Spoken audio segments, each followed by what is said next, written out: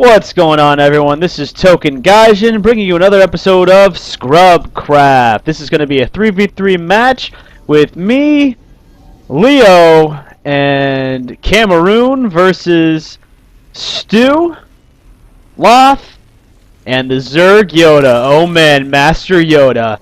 Anyway, as you probably just noticed, my entire team is Brotoss in this 3v3, which I am perfectly fine with. Some people don't like having too much of one race.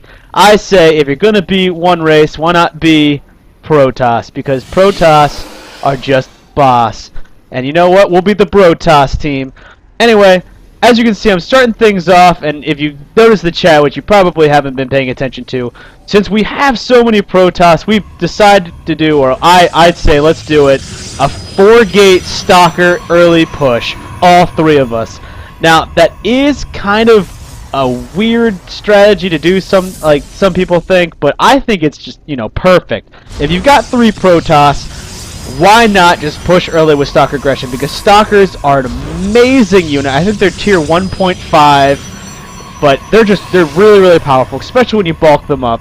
So never underestimate just how powerful a Stalker push can be. I mean, they're great in 1v1, 2v2, 3v3. It just depends on the races you're playing. Now, we did know we had a Terran and a Zerg. We didn't know what the other race was, but even so, usually I wouldn't suggest Stalker push unless you know you're fighting another Protoss. That's in 1v1 or 2v2. But I mean, when 3v3, if all 3 of you are Protoss, the overwhelming amount of Stalkers that you can build will just outweigh usually what your opponent can build. So I'm starting off with my basic build here. I've got a 10 pylon into my gateway, and I'm going to start my cyber core. Now you notice that I'm going to make a really big mistake here, and I apologize for making it. This was my first game of the day. I played this probably around like 9:30 in the morning, so I was like really tired, and you know how those first matches can be. You're just groggy and you're not thinking straight. But anyway, I should have gotten my gas out a little earlier than this, but no big deal. I've decided, since I got my gas a little too late, I want to double up on my assimilators. Might as well, and as my cyber core is going down. Now you can see Leo is off to a nice start as well. He's got a second gateway on the way, his cyber core is popping out, and he's got his first gateway already done. And Cameroon, he's got his cyber core coming out, but he's already got gas, and Leo's already got gas too, so they're in a better position than I am, because when you're doing a 4-gate Stalker push, you really need this. You need the warp gate. It's not an option. You definitely need it. So I really wish I could have been researching this a little bit earlier, but I was stupid and late on the gas, so I had to wait until I got 50 up. But now that I have both my simulators down, I'm going to start chugging this warp gate out. And since I really can't stop building Stalkers because of my late gas also, I decided that it's probably best to just pop out and get all my 4 warp gates down. Or not my 4 warp gates, excuse me, my 4 gateways down. So I have my 4 gateways down already. Well, I mean, 3 of them are coming out. And I'm also getting that extra pylon, and I'm starting my Stalkers to build up. Also, you'll see that Leo is also building Stalkers, and I don't think Cameroon is building Stalkers yet, but that's because Cameroon goes for an early fast expand to back up the Stalker push. And it also looks like Leo is getting out a Forge. I didn't actually notice that when we were playing the game, that he got out a Forge. But sometimes it's more prudent to do 3-gate Stalker push if you get the Forge. I mean, because we're going to have so many Stalkers with all 3 of us going with Stalkers. So, that Forge might really help him out, especially when you come to think about it. Like, he's going to have upgraded weapons on this push, which means his Stalkers are going to be really deadly early game. Because if the opponent doesn't have any upgrades, +1 attack on Stalkers early on is just devastating to opponents. So I got 2 Stalkers out. I got my warp gate almost finished. And once these 3 more Stalkers that are being worked on pop out, I'm just going to turn this all into warp gate tech and just start popping them out like crazy. Now you notice that I'm building I'm constantly having to keep check of my pylons. I got a little low right there. I'm at 31 to 34, but that's okay. That's not too bad. The thing you gotta realize, or remember to do, not realize, when you're doing a Stalker push, is that you need to keep close tabs on your supply. You need to have a nice serving of pylons.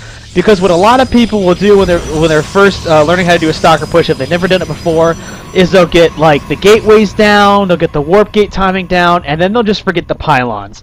And it's really stupid if you forget the pylons, because then you're just be sitting there like, why can't I build stalkers? And it slows down your push.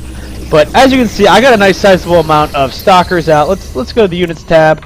I currently right now have 8 stalkers. Leo has 3, or no, Leo has 4, and they've almost got that +1 attack, which is really going to help. And it looks like Cameroon's only got 4 stalkers. And we're going up against what appears to be 7 Marines by Stu, and Loth only has 3. So, as you can see, this early push is just going to totally catch them, not only by surprise, but is really going to put them into a spot they don't want to be in, because we have, you know, I have enough supply to keep this going. And we also have Cameroon, who's got an expansion coming off this, which means he's not going to have as many stalkers as me or Leo in the early stages of the push, but he will be recovering in the later part of this early push, because he's going to have more minerals to spend on getting more stalkers out.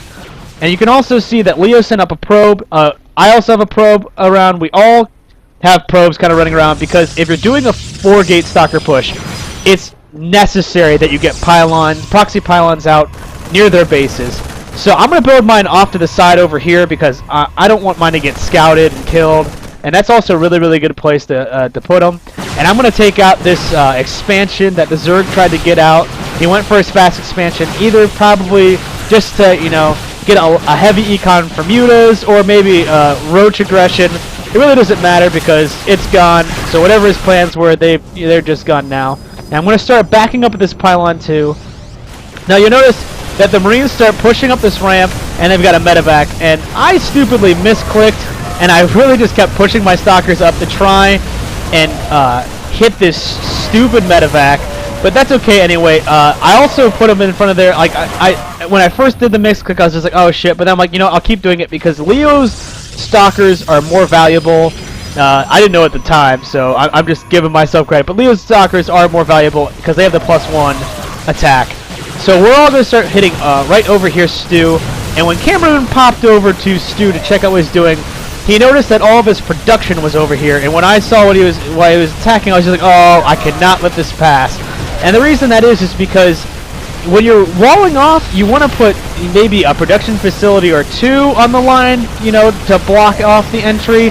But all of them really close to this ramp. That was a dumb mistake over here by Stu, and that's going to cost him all of his production. He could have probably built up and hit us back if the production was back here and this was like bunkered down or something. But since he didn't do that, he's just going to lose his production really early on to this mass ball of stalkers. And as you can see, since we all went stalker heavy, we just have this immense ball of death just coming their way. Now the Zerg and Loth, the other Terran, are going to start pushing back with Zerglings, and it looks like Marines. And Loth had tanks out, and the tanks were the biggest threat. But I mean, we have so many stalkers, it's not even really going to matter. Like, this tank is going to take out a huge number because we're being dumb and just getting shelled in this bottleneck. I don't know why we did that. I don't remember what I was doing there, but that is really dumb and cost us a lot of units. But even though we were really stupid right there, we do recover nicely, and we take out the first tank. We move on to the next one. Those tanks are down. So it's back to taking out production. Now, even though Stu has left the game, if you leave production of the other player that leaves unattended, they can use it still. And that's what I was kind of afraid of, because I didn't want the Zerg or the Terran popping up medevacs from this anymore. So I'm just like, you know what, I'll take it out. Whatever. I'll take one for the team and do this. And as you can see, Cameroon and Stu are just going to town on the rest of them. Loth has left as well, because Cameroon just kind of started charging up here and wrecking his day. And Leo is going to start fighting the Zerg. Now the Zerg has all the minerals he collected from his teammates, so he's actually going to put up quite a fight. And I was actually surprised at the fight he put up. You know, the Queens are just doing some devastating damage on these stalkers. And I don't think Leo was really controlling them very well at this point. But because he was trying to start saturating his expansion, which he got right here. Which is, you know, it's smart to get an expansion, because I should have probably done that. But yeah, ever since the new patch, the Zerg Queen is a menacing opponent from a distance. Like, you do not want to get hit with her. And that's, I mean, just look at all the stalkers that queen probably, took out. She probably took out like 4 or 5, both of them. So, don't underestimate queens anymore. They're really, really, really powerful, especially when you get, things like transfusion and things like that. But right here, he does get some zerglings out and another queen out, but it's easily taken down by my stalkers. He was kind of, I do lose a lot of stalkers, but it was dumb to throw the zerglings into a bottleneck. When you're using zerglings, you want to get that surround, and when you don't get that surround, you're not going to have a good day. He does get another queen out. I do start focusing down that queen because I don't want those queens transfusing, anything that's going to be coming out. I didn't notice this spine crawler coming, or I did notice it rather, but I wanted to get this spawning pool out. I was just like, you know what, screw it. I'll just stand here and die slowly. And all my stalkers go away. I was kind of dumb. I should have clicked them away. But while they were dying and taking out that spawning pool, I was trying to get my expansion out.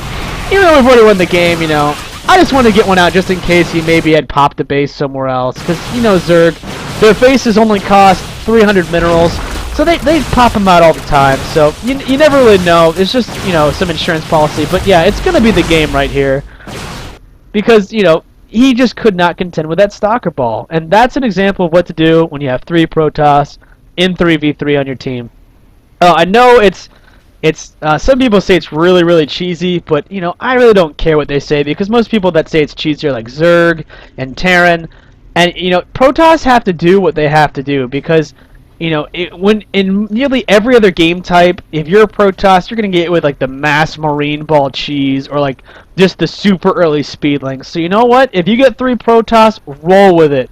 All of you forgate into just pure stalker madness and overrun your opponent. But anyway, that was the game. I hope you guys enjoyed, and I'll see you guys next time.